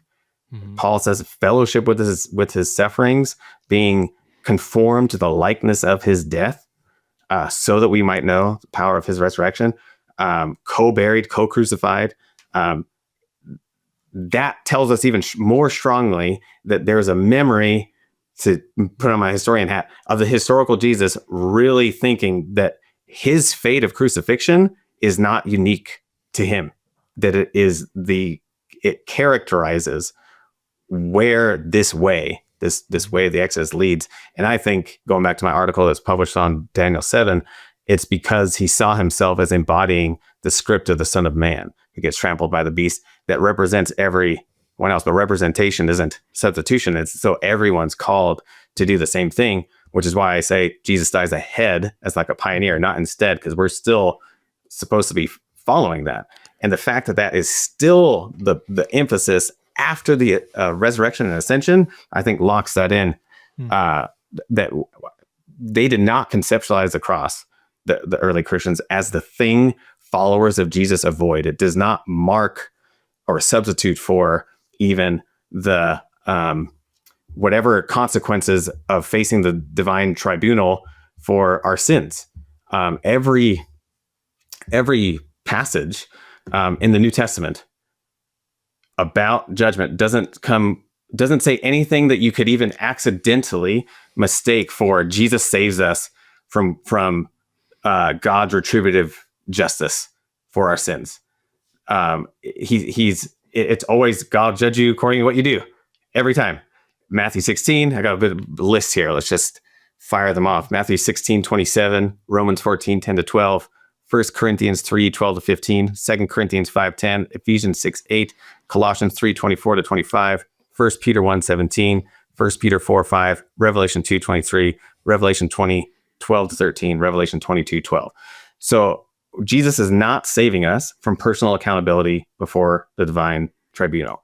His crucifixion is not replacing any punitive corrective discipline that we will face when we stand in judgment before the Lord, which is distinct then from whatever it means to talk about Jesus saving us from the wrath to come in 1 Thessalonians or Romans 5. Whatever that wrath means is irrelevant to the point right now, which is that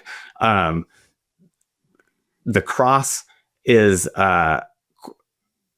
quite obviously not the thing that replaces God's holding of us accountable, anyone, for their own individual sins in any judgment text. It's only theological frameworks that say, well, how can that be? I was taught otherwise. It's just like, I don't know, maybe I'm still too much of an evangelical for my own good, but like, these are what the judgment texts say. None of them link the cross to substituting for that stuff.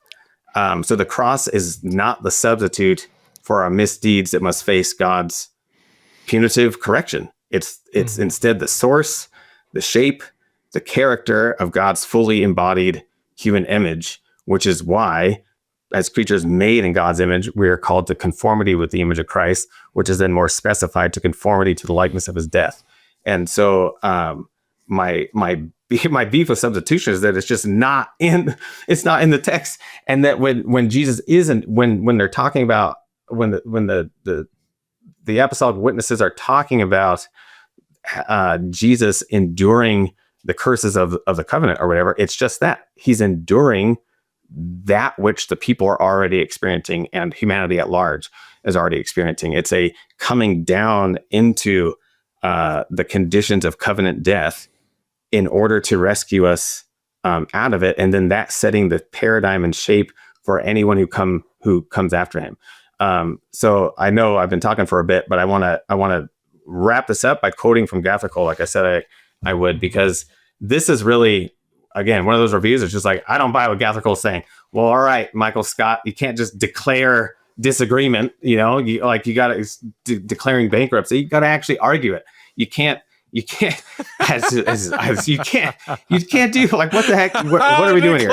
Bankruptcy. Exactly. Oh, I disagree with God. Okay, fine, but like, let's see, like, make the argument. But this is important. I'm going to read a bit from Gathercole here, because Gathercole, in defending substitution, ironically, this was the book that I read during my master's degree. When was this published?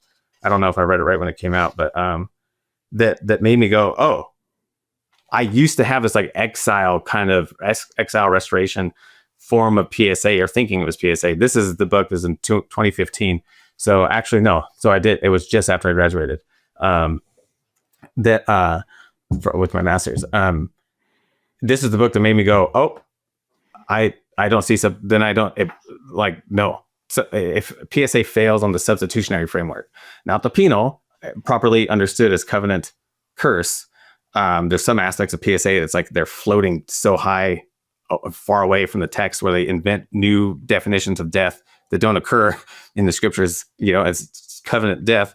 But so I'm fine with the penal aspect, properly understood as covenant curse. It's the substitutionary aspect that I think falters. So Gathercole, again, if you can't just disagree. I mean, you could, but when you're writing a review or do it, like, you got to show the disagreement, argue why this doesn't happen, why it doesn't work, or whatever. So Gathercole says, I'm defining substitutionary atonement for the present purposes as Christ's death in our place instead of us. The instead of us clarifies the point that in our place does not, in substitution at least, mean in our place with us.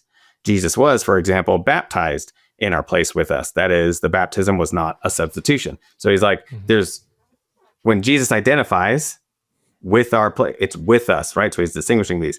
In a substitutionary theory of the death of Jesus, he did something, underwent something, so that we did not and would never have to do.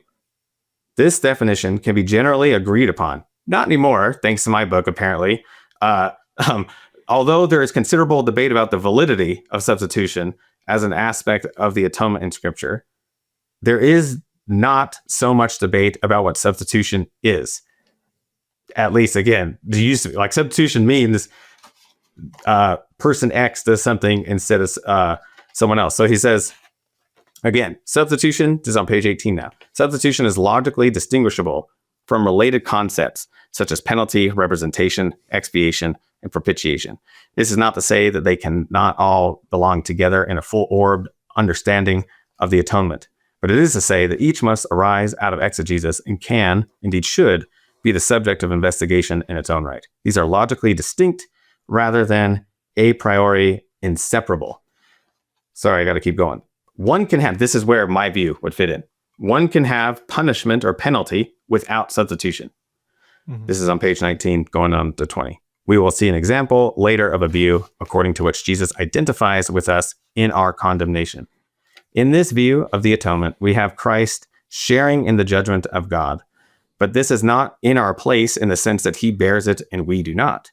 Rather, on this view, he would bear it with us rather than instead of us, and accomplish atonement that way, because he identifies with us so completely, not just in the incarnation, but also in sharing the penalty of sin and death.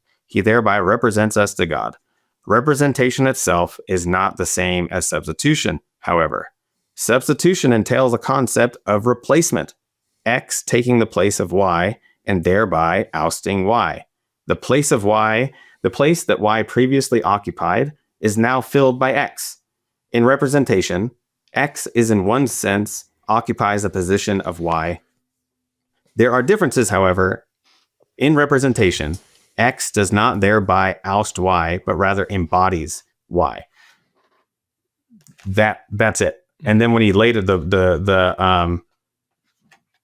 when he says we'll do this view later, I think he's talking about Morna Hooker's view on page 40 and 41, where it's actually now to get us back on target. I'm pretty sure this is her understanding of Galatians. If not, then maybe 2 Corinthians 5, which is similar, became sin, etc., which I deal with in the book.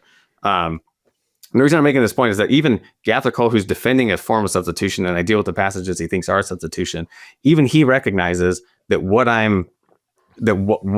this reading, Jesus as embodying covenant death and all that as covenant death, the punitive curse consequences of sin, that's not a substitution, though. So that the exile restoration view is not a PSA view. By definition, it's not a substitutionary view because he's not doing anything that the people that whoever is not already experiencing themselves. He's not sparing. It's not a replacement. So Hooker says the process is a paradoxical one. Christ empties himself and humbles himself in identifying himself with mankind and becoming what men are. They, in turn, must identify themselves with his shame and death if they are to become what he is in his glorious resurrection life. Gathercole's comment, this is a sharing of experience, not a substitution. Goes on to quote her a bit more about participation. Christ is identified with us in order that in him we might share in what he is. That's Morna Hooker. Gathercole's comment, hence, despite some superficial similarities, substitution and interchange are quite different. And that's what people reading my book need to understand this distinction, and can't just declare disagreement.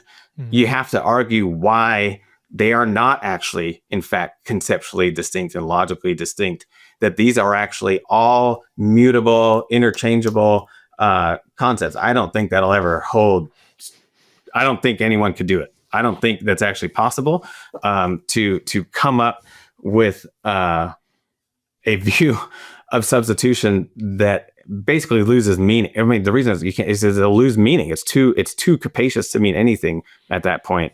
If it can just collapse into any notion of representation or whatever. But it's just clear. It's like, as Gathercole says, it's clear that when we're talking about sharing in a plight and experience, enduring the same things, it can't be vicarious. It can't be vicarious if the people benefiting from it are also experiencing the same thing. That's not a vicarious experience. That's a participation. That's solidarity. So when it comes to becoming a curse for us, it's on it. The for is not in exchange. Instead, it's for its benefit. And that's what I show on like the nitty gritty grammar bit, is that you can't just take the preposition who pair and think this means substitution anytime it's mentioned. So I'll have a list of time for this, or even anti, the Greek preposition anti. There's so many instances where you can't interpret it as instead of or as substitution, because it just wouldn't make sense. And these are in like non-soteriological texts. So it just helps us see that like, you're kind of overcooking the exegesis here if you're thinking that the for us means replacement, because the word huper doesn't, it just means a benefit. So it benefits because in God's vindication, again, for especially Paul, it's the resurrection that matters. But in that vindication, then we see that the covenant curses, it's Christ coming in and issuing that moral purification by touching into the consequences of grave moral impurity, these sins, and experiencing it so that he might rescue us. Coming in, I use the analogy of quicksand. He's rescuing, but he's getting into the quicksand with us and yanking us out. So that's a benefit, but it's not substitution. because the curses are already upon us. And then Paul says, actually, that's what the whole world, like we're already, living under, the Gentiles are already in covenant curse. That's what, that's Israel's experience is just being just like the nations in their experience. So there's, as I said, with the judgment thing, like our judgment seat before God, like there's just the way the cross functions in the apostolic witness. It is never conceptualized as taking the punishment instead of anyone else, nor on the individual level of what we can expect to face before God's throne or Christ's throne, depending on the passage we're looking at, but divine judgment. So for all those reasons, I'm like, this just can't be conceptualized as a substitution. It fails on a definition level. What we have is participation, solidarity, identity. Okay. That was a long monologue. And I have several thoughts. I'm not sure if I will be able to get to them all. Let me just, with regard to God. Well, thanks for letting me go with that. Cause that's, I got to write it up. Like I said, more, I thought what I wrote was in the book was sufficient to make that point, but like that, it really, I think a lot of the potential disagreement would be to say something that what I'm arguing for in chapter 5 is itself logically implies some sort of PSA. Right. And no, because it's not substitutionary. And for the audience, my goal here is so that you can hear Andrew unpack his ideas so that you can go and interact with them. That's the goal. And I, what was I going to say? I'm going to say something else.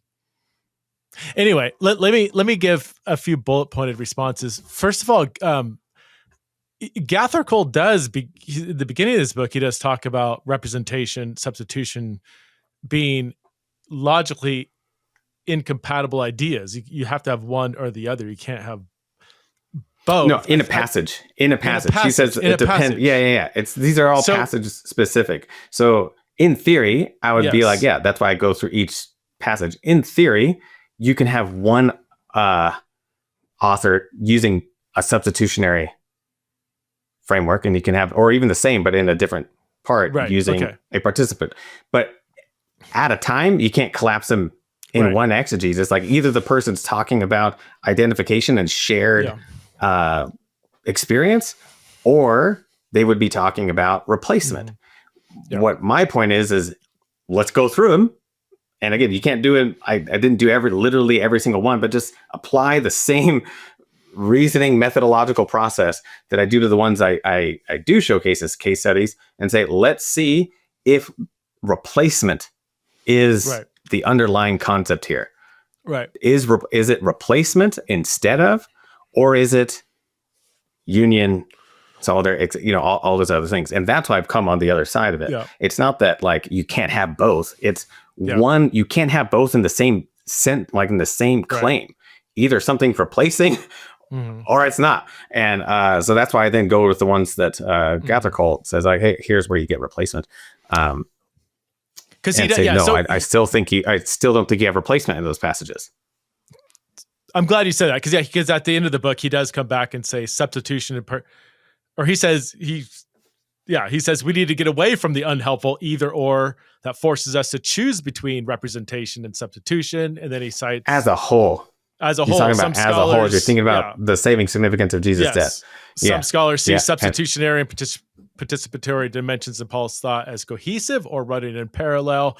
So you can have different specific passages hitting different aspects. So, but you could, which is why it's like, all right, well, is this one substitutionary? Is this substitutionary? And like, so the curse, that's identification, becoming sin, same, like as I explained in those passages, we're just getting summary statements of what is worked out narratively in the Gospels, that Jesus is enduring covenant curses with us.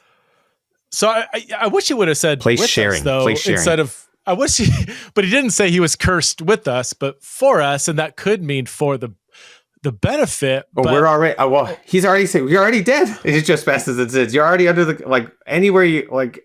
So if Romans 5 or Ephesians Andrew, 2, you're already in it. There's no. He's born under the law in a time of covenant curse. He does the whole timeline later from Abraham to the law, et cetera, et cetera. Andrew, you got to give me time to unpack. You spent 25 minutes, and I've you keep cutting me off. So yeah, my bad, man. No, that's right. You said that Jesus died ahead of us as our cursed solidarity, but if Israel's been under the curse since 586, I mean, Jesus is kind of Johnny come lately, isn't he? He's not a forerunner. He's just yet another human being that died. Is the only thing that made his death unique is the resurrection, but there's nothing within his death itself that is unique to Jesus. That the death of everybody else who died as a result of the covenant curse in the literal exile or whatever. There's nothing really unique in Jesus's death in your conception other than he passed through on the other side. Would that be the uniqueness? I say a few different times. Let me find the. You do talk about the uniqueness, yeah. I just when you were explaining now, but it's passage specific. So for his death is unique, but it has more to do with who he is. The one who's embodying, just like touching ritual, coming in contact with ritual impurity, it has the cleansing effect that it has because of who he is. And so I think it's unique because it generates a new reality. But it's not vicarious because he's not enduring or experiencing something in any passage that I've seen, again, like where it says he's experiencing something that we don't or aren't already in. So that's why I don't like, I just got to take the uniqueness isn't to be found in the experience of, and this is why a lot of the language in the gospel, like the language you handed over, and that's why I said to look at my Ephesians 2 article, and then now the one on Luke that's going to come out. All the things that are supposed to attend the temple's destruction, and or that are like key terms in the covenant curses sections in Deuteronomy and Leviticus, which Paul quotes from, that hang on the street. These are not realities that we're not already experiencing. So to get to your ahead of, like that, maybe that's the problem of tweeting and then incorporating it into your book because it sounds like instead of or whatever. And I was mainly, when I was writing that, actually thinking of Hebrews, the language of pioneer, right? Forerunner. He's gone ahead of us. But I think he confronted the beast. He's not really late to the curses, but he is the first tip of the spear, as it were, who's been confronting the beast in a way that has led to the expected end, which is enthronement and ascension. And that's why Paul, now we're raised up and together with him. It's like that part is first and is part of the uniqueness. But the other uniqueness is he's just generating the reality, the conditions in which we can be made new. So like the language of creation, that is unique. Or new creations were being made new, or covenant making. But it's you don't call your mother, your substitutionary birther just because she did something for you that you couldn't do. I'm just trying to expose, we run to the language of substitution to try to capture the uniqueness. And I just think it's never accurate to what any given passage is trying to convey about Jesus's death. And they're usually not trying to talk about it in its unique, they're usually, I can't think of a time where the topic itself is, how is this unique? It's mainly, this is paradigmatic. Like a lot of the talk about Jesus' death is paradigmatic for discipleship. A lot of it's used in a discipleship framework. So not even so it's sometimes hard to pin down how exactly this or that author would talk about the uniqueness. And that's why I try a few different points to do it in the book, depending on the passage I'm looking at, and to name in those passages. Okay, here's the uniqueness aspect of it. But yeah, I should probably stop and see where you're at, what you're feeling with that. I think so for the audience who hasn't read the book yet, I mean, you go through most of the what about this, what about that passage. So Andrew is it's not like you're going to whip out a verse and like, aha, he hasn't dealt with this. He's dealt with it. You may disagree with his exegesis, but you have thought through all these. My personal opinion, and I'm sorry, we're really running out of time. Some of your treatments I thought were more compelling than others, where you showed that substitution isn't clearly at play here once you pay close attention to the language. You would say it's not at play, but even if you don't fully agree, I think you at least showed that it's not as clear in some passages than others. There are others though, like, I mean, two big ones that stand out for me, which I think parallels the language of for us in Galatians 3:13 is I guess the two that Gathercole focuses on, 1 Corinthians 15:3, where Christ died for our sins. And he even points out that language of dying for sins, you see it all over the Old Testament, where people die for their own sins as a means of punishment. And here you have the same language, only here it's not somebody dying for their sins because of their sins, but they are dying for the sins of others. So that seems to go beyond simply participation or curse solidarity, but one person doing something on behalf of the other person.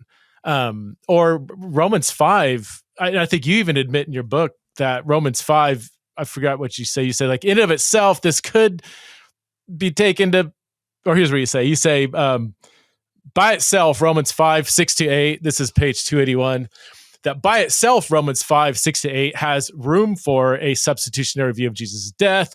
But then you go on to say several times that you think that passage is ambiguous. I don't think it's too ambiguous. But the larger context of Romans chapter 5-8 is, uses a lot of participatory language. And so therefore 5, 6-8 can't be substitution because the whole context is participation. But look, man, I'm, again, not just to emphasize again, I don't need this passage to say penal substitution theologically. I don't need that, but it just, I don't know, man. It just seems like Christ dying for unrighteous people, saving us from the wrath of God while we were enemies, we were reconciled through his death. That just seems to be the death of Christ being a very unique event, averting God's wrath on behalf of us. So yeah, there's a few others that, but that wrath, that's why I said what I said before about the judgment, whatever that it means, it's not taking the place of whatever sort of punitive discipline at the judgment seat. That's not what's going on. But to be clear, when I said ambiguous, what I'm saying is you don't have enough info in Romans 5 to distinguish between the type of benefit being offered. All we know is later on that page is that Jesus dies for the benefit of his enemies. That's all the grammar will get you. It will not get you substitution. The huper doesn't carry that much weight.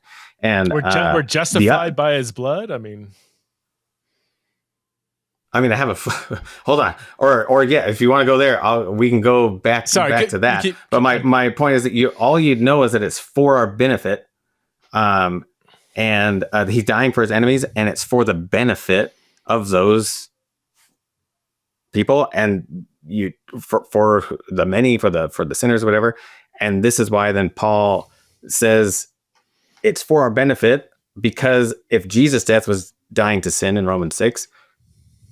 Well, he first says we've died to sin by being co-crucified, buried with Christ. Mm-hmm. So it's only that's when he explains the benefit. So what I mean in Romans 5 is you don't yet have enough information to to for sure say this is a substitutionary benefit or it's a representative benefit or whatever. All you know is that it's a benefit.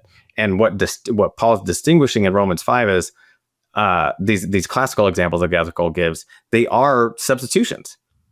The beneficiary does not experience death, that fate. But what Paul's making the distinction is it's not just for a good person, it's for the wrong sort of people that he would have expected. But then he goes on to specify that what the benefit is made possible by union, by a co-crucifixion, co-burial, and then again linking it to the resurrection. So this huper language is actually used with respect to the resurrection. Jesus died and was raised for us, for the many, huper, and no one says Jesus was resurrected, so you aren't, so you don't have to be.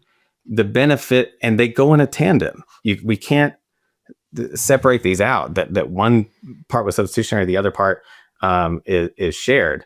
So what I mean in Romans 5, how to being ambiguous is, I mean, for the purposes of saying this is substitutionary or not, you can't just go, well, look, there's these classical examples of substitutionary deaths. That's what Paul means. I'm like, maybe, like it could, like by itself, it depends how we let him explain to us what that benefit is. If the benefit is Jesus endured things that we're not enduring ourselves as just born in Adam, then sure, then that's what he's doing. But Paul doesn't say that the death that delivers from the wrath is because Jesus' death is that wrath. He doesn't say that either. And again, just to keep us clear, we can't just load wrath into, the consequences of my sin. I face God.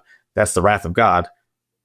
I see this verse saying Jesus saves me from the wrath. Some translations throw of God in there, but it's not actually in there in Romans 5 in the Greek. But it's just wrath. But either way, you're running too quickly because to equate this with God's wrathful response to our individual sins before the divine judgment seat. That's why I said that earlier. I would say the three times Paul uses wrath earlier, I think it's 3 in Romans, 1:18, 3:5, maybe even somewhere in chapter 2. It is God's wrath for human transgressions. I mean, that's clearly what Romans 1:18 is. It's revealed against all ungodliness. You don't want to talk about my dissertation, man. That I think Romans 1:18 to 32 is the speech of the person Paul addresses in chapter 2, verse 1.